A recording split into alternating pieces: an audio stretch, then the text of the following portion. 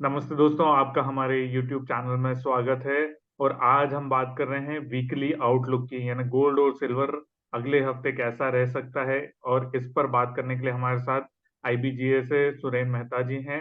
तो मेहता जी, आप कैसे ये हफ्ते को देख रहे नहीं, देखिए, मेरा ऐसा मानना है कि गोल्ड जो बढ़ा था उसका जो बेसिक रीजन था वो एक तो फेड का इंटरेस्ट रेट न बढ़ाना, और दूसरा जो इजराइल पैलेस्टाइन के बीच में जो जियोपॉलिटिकल टेंशन बढ़ा था उसकी वजह से हुआ था। अब इन दो कारणों में से एक कारण तो लगभग खत्म हो चुका है। वो कारण है इजराइल वॉर जो है, वो लगभग उसमें सीज फायर जैसी बात हो रही है। और जो दूसरा कारण है कि फेड इंटरेस्ट रेट नहीं बढ़ाएगा, तो वो तो ऑलरेडी डिसाइड हो चुका है। तो जो गोल्ड को जितना बढ़ना था, गोल्ड उतना मेरे हिसाब से अब बढ़ चुका है। $2000 के ऊपर इसकी क्लोजिंग थी, तो इसकी क्लोजिंग $2000 के ऊपर आने की वजह से हम अगले हफ्ते, मतलब जो हफ्ता अभी आज से शुरू हुआ है, 27 नवंबर से लगा के दिसंबर के बीच में, हम ये देख सकते हैं कि थोड़ा सा इसमें और स्पाइक आए। $2026 तक गोल्ड ऊपर में जा सकता है। लेकिन मुझे यहाँ से बहुत बड़ा शार्प करेक्शन लगता है, और इस करेक्शन के लिए लोगों को तैयार रहना चाहिए। और ये करेक्शन अगले 1 या 2 हफ्ते में हो सकता है। $100 तक का करेक्शन इसमें दिखाई दे सकता है। नीचे में जो पहला सपोर्ट लेवल है वो $1976 का है, सेकंड सपोर्ट लेवल $1952 का है, और third support level spot market में $1929 का है। तो मुझे लगता है कि कहीं ना कहीं पर हम एक बहुत बड़ा करेक्शन हम देख सकते हैं। और ये पूरा मार्केट में लोग बहुत बुरी तरह से ट्रैप हो सकते हैं। हैं। ऐसा कह रहे हैं कि $100 का करेक्शन आ जाएगा, जो कि बहुत बड़ा, मतलब अगर 10-15 दिन का हिसाब देखे तो बहुत बड़ा लगता है। नहीं, आप देखिए, गोल्ड को बढ़ने के लिए कारण चाहिए। क्योंकि मुझे नहीं लगता कोई कारण है, तो गोल्ड इतना जो शार्प तरीके से बढ़ा था $1810 के बाद, जो ये $2010 अभी हम देख रहे हैं, जो जो बढ़ा था, जो $200 की इसमें बढ़ोतरी हुई थी, वो स्पीड इसमें बरकरार नहीं रहेगी, ऐसा मुझे लगता है। और मैं समझता हूं कि कोई कारण नहीं है अब गोल्ड को आगे बढ़ने के लिए।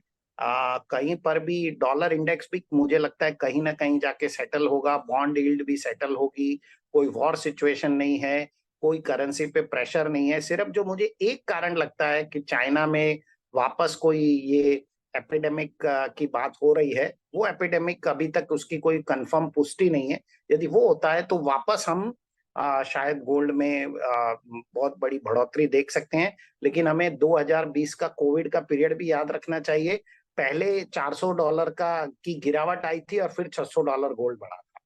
तो एक बड़ा करेक्शन में सिमिलर सिचुएशन में इस बार भी देखा। और चांदी में कैसे देख रहे हैं आप? चांदी मुझे लगता है कहीं ना कहीं एक स्टेबिलिटी की तरफ मूव कर रही है। ऊपर में $25.10 का एक बहुत बड़ा रेजिस्टेंस है, और नीचे में हम $23.50 देखेंगे। यदि हम 23.50 के नीचे यदि सिल्वर जाती है, तो इसमें भी $22.76 तक का हम करेक्शन देख सकते हैं। तो मैं बहुत ज्यादा दोनों सेक्टर, दोनों को लेकर, गोल्ड और सिल्वर को लेकर बुलिश नहीं हूं। One has to be very very cautious, because यदि आप कॉस्ट बेनिफिट रेशियो देखेंगे, तो मुझे लगता है कि ऊपर में बहुत ज्यादा बड़ा लेवल नहीं है, लेकिन नीचे में बहुत शार्प तरीके से गोल्ड गिर सकता है, गोल्ड और सिल्वर। मेहता जी, अगर इंडियन टर्म्स में बात करें तो आपका क्या लग रहा है इंडियन टर्म्स में, क्योंकि आपने डॉलर टर्म्स में बताया है। इंडियन टर्म्स में मुझे लगता है कि यहाँ से जो सोना है वो हम एक बार 62,100 के आसपास देख सकते हैं, जो एक रेजिस्टेंस लेवल आ सकता है इंडियन टर्म्स में। और यदि हम नीचे की तरफ देखें, मैं जो डॉलर में कैलकुलेट किया उसमें फिक्स्ड INR से ही कैलकुलेट कर रहा हूँ, और नीचे की तरफ मुझे इसमें लगभग $100 का करेक्शन दिखता है। तो मुझे लगता है यहाँ से कहीं ना कहीं हम 59,500 के आसपास गोल्ड के प्राइसेस देख सकते हैं। और सिमिलरली सिल्वर में हम 71,500 से 71,500 से 71,700 के आसपास प्राइस देख सकते हैं, और ऊपर में एक स्पाइक आ सकता है 74,800 के आसपास।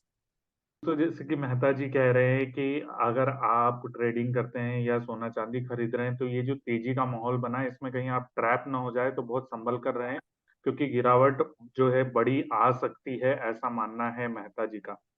जी मेहता जी, ये वीकली आउटलुक के बारे में हमें बताने के लिए बहुत धन्यवाद।